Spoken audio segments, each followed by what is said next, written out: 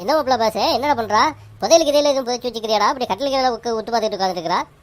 அட ஏஞ்சுமா நீ வேற புதையல புதைச்சு வைக்கிறா? எங்க அப்பா ஒரு நாக்குட்டி வச்சு வளர்த்துக்கிட்டு இருக்காரா. அந்த நாக்குட்டி என்ன பண்றதுன்னு தெரியல. வாழ்வாழ்ந்து கட்டிட்டு இருக்குது, தூங்க விட மாட்டேங்குது. அதை எப்படியாவது எடுத்து வெளியில விட்டுலான்னு பாக்குறா. அது என்ன பண்றதுன்னு தெரியல. இந்த கட்டிலுக்குள்ள போய் ஒழிஞ்சிக்கிட்டு நிற்காது. இது நாக்குட்டி வளர்க்குறாரா? அது சரிதான், அவர் எனத்தோட இனமா உள்ளதானே. அதான் நாக்குட்டியை வச்சு வளர்க்குறாரு போல இருக்கு. எங்க தள்ளு பாப்பா. அட ஆமாடா, எங்க வாங்கிட்டு வந்தாரு இவரு? அப்படியே பாடுறா, அவர் மூஞ்சி மாதிரியே இருக்குது. இது அவர் மூஞ்சி மாதிரி இருக்குதா? அந்த நாக்குட்டி உதட்ட பத்தியே இல்லையா? அப்படியே சோப்பட்டி மாதிரி இருக்குதா? உங்க அப்பாக்கு இருக்கிறாப்ல குசும்படா உனக்கு. அவர் காதில் மட்டும் விடுவோன்னு நீ சொன்ன வார்த்தை. அவர் தான் கொலை பண்ணி போட்டுவார். ஏற்கனவே உனக்கு அவருக்கு ஆகாது, இதுல வந்து அவர் வாய் மாதிரி இருக்குதுங்கிறா நாக்குட்டிக்கு. உண்மையை சொல்லல கசக்க தான் மாப்பிள்ள செய்ய. உண்மையை சொன்னா யாரும் எதுக்க போறா? அல்ல இந்த கல்சரி ஒன்றும் சேர்ந்து நாக்குட்டியை வேற வச்சுட்டு என்ன பண்ணணும்னு தெரியலையா? அங்க என்னடா பண்றீங்க நாக்குட்டியா? நீ என்ன பண்ண அந்த நாக்குட்டியா? அப்படியே ஒன்ன மாதிரியா இருக்குது. இந்த கொழுப்பு தானே வளர்க்குறது. நாக்குட்டி என்ன மாதிரி தான் இல்லாம ஒன்று மாதிரியா இருக்கும். நான் டெய்லி சோறு போட்டு வளர்க்குறேன். அப்ப என்ன மாதிரி தான் இருக்கும், ஒன்று மாதிரி பண்ணி மாதிரியா இருக்கும். இங்க பாத்தியா மாப்பிள்ள, உங்க அப்பனா என்ன பார்த்து பண்ணிங்கிறத ஒன்னும் உனக்கா பார்த்துட்டு இருக்கா? இல்லை சாப்பிட்டு போட்டலான்னு வருது இவனை. நீ கொஞ்சம் நேரம் சும்மா இரு மாப்பிள்ள.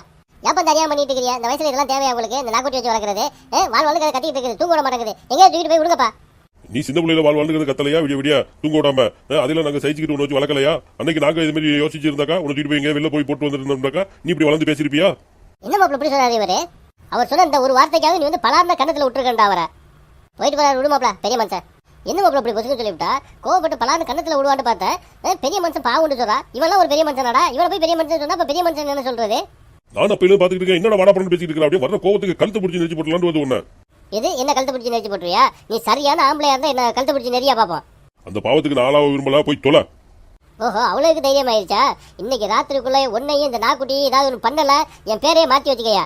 என் பேர் சேட்டை இல்லையா? மாப்பிள்ள எங்கடா போறா நீ? உங்க அப்பனுக்கு சங்கு ஊத போற, அதுக்கெல்லாம் ஏற்பாடு பண்ணி வை. சொந்த பந்தத்துக்கெல்லாம் சொல்லிடு, நாளைக்கு இருக்க மாட்டான். ஏன் அப்படி பண்றியா? இது உங்களுக்கு தேவையா? இது அவன்கிட்ட போய் வம்பு வளர்க்குறியா?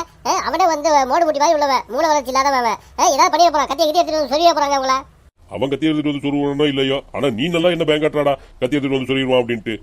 என்னப்பா கத்தி எடுத்துட்டு வந்து சொல்லிடுவான்னு சொந்தத்துக்கே வேத்து ஓடுதுங்க. ஏண்டாம்பி ஒருவேளை அவன் செஞ்சாலும் செஞ்சு விடுவானடா. மாரி எதுக்கு உன்னோட கூட்டாளிடா ஏதாவது சொல்லி கிள்ளி வைடா, எதுவும் செஞ்சு விடாதன்ட்டு. ஆஹா, அப்பா அழுவ ஆரம்பிச்சிட்டாரு, பயந்துட்டாரு. இவர்கிட்ட இந்த நேரத்தில் காசை போடுனா தான் உண்டு. எப்படியாவது வந்து காசை கலந்துட வேண்டியதான். அவன்கிட்ட போய் சொல்லி உங்களை எதுவும் செய்யாம இருக்கணும்னாக்க எனக்கு ஒரு 50 ரூபா பணம் கொடுங்க, அப்பதான் சொல்லுவேன். 50 ரூபா இல்ல, இதுல 100 ரூபா இருக்குது. இதை வச்சுக்கப்பா, இதை செஞ்சு விடாதுன்னு சொல்ல அவன்கிட்ட போய். ஐ ஜாலி தான். 50 ரூபா கேட்டதுக்கு 100 ரூபா தர்றாரு. சேட்டு வீட்டுக்கு வந்துட்டு போனதுக்கு நம்மளுக்கு அதிர்ஷ்டம் அடிச்சாப்ல போயிருச்சப்பா.